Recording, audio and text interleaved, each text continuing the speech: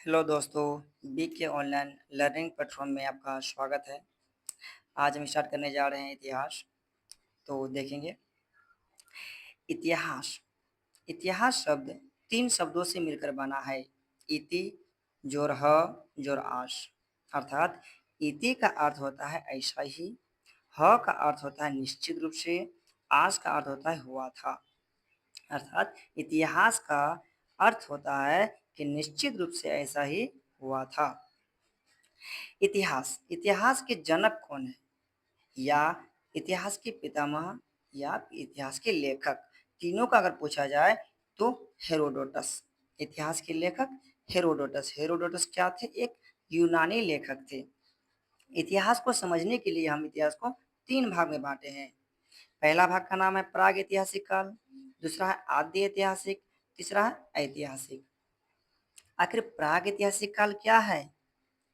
तो जिस काल का अभी तक किसी प्रकार से लिखित साक्ष्य नहीं मिला है, उसे हम प्राग ऐतिहासिक काल कहते हैं। इस काल में मानव पत्थर के औजार का उपयोग करते थे। अभी हम लोग वर्तमान में आधुनिक हथियार का उपयोग करते हैं कि बंदूक या चाकू छुरी या गोला बम बारूद कुछ भी कहे, लेकिन उस समय मानव पत्थर के औजार उपयोग करते थे। इस कारण से हम प्राग ऐतिहासिक काल को पाषाण काल के नाम से जानते हैं। प्रागैतिहासिक काल को हम मुख्य रूप से 3 भाग में बांटे हैं। अगर कहा जाए प्रागैतिहासिक काल के मुख्य कितने भाग हैं, तो 3 भाग हैं।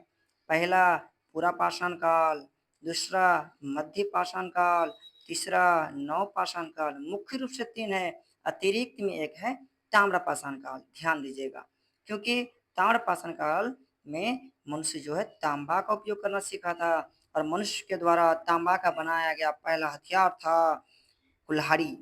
या ध्यान दीजिएगा, ये हमारे देख सकते हैं जो हमारे पूर्वज पहले से इस प्रकार झुक के चला करते थे, फिर धीरे धीरे चलना सीखे। पहले 4 पैरों पे, फिर 2 पैरों में झुक करके, फिर धीरे धीरे सीधा खड़ा होना।